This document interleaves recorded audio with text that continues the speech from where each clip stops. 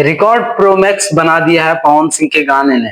जो पवन सिंह ने किया उसी पर रेंग रहे हो और जो पवन सिंह करेगा उसी पर रेंगोगे।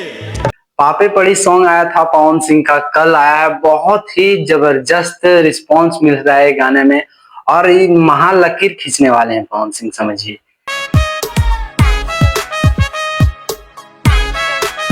अभी तक जब से ट्रेंडिंग पेज नया आया है तब तक भोजपुरी का कोई एक गाना ट्रेंडिंग नंबर 1 पे नहीं गया है।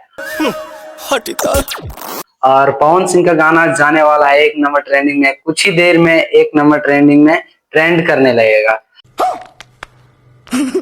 अब अभी हम वीडियो बना रहे हैं तब तक 2 नंबर में ट्रेंडिंग कर रहा है, लेकिन जब तक अपलोड होगा तब तक 1 नंबर में आ सकता है।